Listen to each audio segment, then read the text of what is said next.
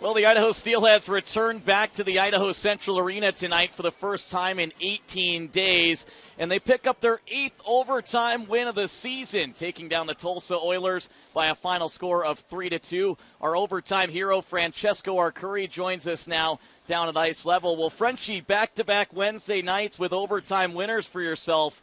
What is it about Wednesday nights and overtime hockey for you? Yeah, it's great. Obviously, Kadla, Beiser, great plays by them. Both games, Whitey with the big draw, but honestly it's a full team effort. Goalie played great, whole team played great. I'm just happy we just got the win. Power play goal from yourself comes 2 minutes and 47 seconds into the extra session. So you guys go on a 4-on-3 power play in the extra session. Steelheads head coach Everett Sheen taking the time out, and I could see assistant coach Keenan Kelly drawing something up on the whiteboard. So what was said down on the bench to lead to the goal? Yeah, it's great. Obviously, he was just saying who's going on, and we're just kind of set up the draw for Whitey. It all worked out. It was pretty quick, and it was just great pass by Beiser and great play by Cuds all around. So I'm happy we won. Mentioned the team effort. Now have gone beyond regulation in 4 of your last 5 games, 3 overtime wins, a shootout loss in there as well. What allows you guys to be so successful in overtime this season, now improving to 8-2 in the OT session? Yeah, I think it's just speed. As long as we keep control of the puck and possession and just change at the right time, then it should be good. And, so it was great tonight how we got that one quick. Obviously wrapped up the Canadian road trip this past Saturday night in Trois-Rivières. It was a grueling schedule for you guys. You played 6 games in 8 days with a lot of travel in between that. You open up a series here tonight, 3 games against the Oilers. Now we'll play 7 of your next 10 games back here in Boise. Has to be a pretty good feeling coming down the stretch here. Yeah, for sure. It's nice to be home, obviously. Great fans to play in front of every night here. It's very special. And, yeah, the road trip was great. It was great spending time with the boys, and we're just happy we're home now.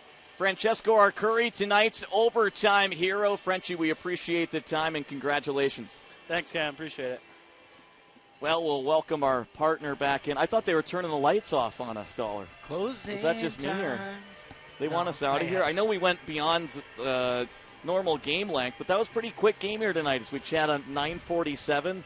I mean, the first 2 periods flew by, didn't they? They did, yeah. It was track meet. There's no goals in the second. Kind of just back and forth. I think there's a stretch in the first period where there's maybe 5 minutes with no stoppage. You're going at it. Blabbermouth. Yeah, that's right. Couldn't even get a word in. Jesus. I try sometimes, you know. Well, let's check out our final stats and summary brought to you by Pepsi, celebrating 125 years, official soft drink of the Idaho Steelheads. Special teams is massive, especially heading into playoffs. And we talked with Everett Sheen about special teams and how they want to fine-tune things, especially that that penalty kill. 3 for 3 on the penalty kill and 2 for 4 on the power play, with the eventual game winner coming on the man advantage. Yeah, you look at that stat line alone, power play going 2 for 2, and obviously 3 for 3 on the penalty kill. You're going to win a lot of games doing that way, and to be lights out, it's the way they did it too, right? They didn't give Tulsa many opportunities on the power play, and then on the vice versa, on their power play, they had good looks, they had good movement throughout the whole night on all 4 power plays. So 38 saves tonight for Idaho netminder Jake Kiley, who improves to 8-3 in his 11 starts with Idaho since joining the club back in February. Well, let's take you back into the highlights here. All 4 goals tonight in regulation. Coming back in the first period, the Oilers would jump out in front 1-0. Alec Butcher would cash in with his 20th goal of the season at 5:47.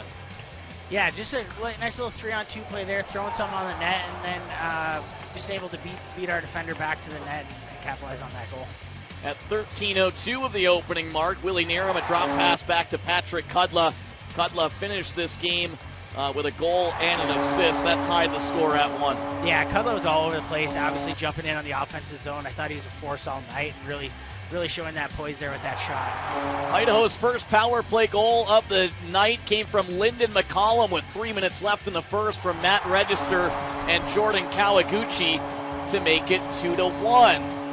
So that late in the period, you probably thought that the Steelheads were going to head into the locker room up 2-1. Blake McLaughlin said otherwise. Yeah, obviously don't want to give up a little late 2-on-1 there. I thought Sheriff and McLaughlin were great all night for Tulsa. They were definitely their best forwards, and obviously to capitalize there at the end of the first period was a little bit of a backbreaker there for the Steelheads. And then obviously the overtime winner, Francesco Arcuri. And he mentioned it was a collective effort between all 4 of those skaters on the ice. White won't get a point in the overtime session, but he wins the faceoff, and he gets net front there. And obviously beautiful passing movement from Kudla, Pelt, and Bice to get it over to our Curry. Yeah, awesome job by H.A. White just to win that draw cleanly. And then obviously you had that good movement drawing that top defender out for Tulsa, and then Pelton Bice with a nice feed across for Curry for the finish. Well, it was a special night for Connor Millimuck and his family, making his professional debut. We talked about it. Watch out for his first shift. Although this wasn't his first shift, it was late in the first period, and he picked up a scrap and was really strong on the forecheck tonight, and that's exactly what the Steelheads brought him in here to do. Yeah, he was effective all night. Obviously, it's tough coming into a top team there, trying to find your spot, but I thought he was very smooth tonight. Obviously, made his presence felt there with that fight and that hit, and he was a welcome addition to this lineup. And Jake Kiley, I can't say enough good things about Jake Kiley. 38 saves in the win, and that overtime save down here to keep the puck out of the net, leading to the power play opportunity. Yeah, just rock steady tonight. Obviously, you can see his team out in front of him plays with confidence when he's back there. He was tracking pucks all night, keeping pucks out of there, and then just not giving, like you mentioned here, not giving that second and third opportunities. Well, I don't know if Kiley was even supposed to start tonight. I guess we'll chat with Everett Sheen on Friday. Obviously, Brian Thompson recalled to the Texas Stars earlier today. Scott Wedgwood up in Dallas, his wife is expecting a child. So I don't know exactly if the plan was for Kiley to start or if it was for Thompson to start. I guess we'll have to ask Sheener that on Friday.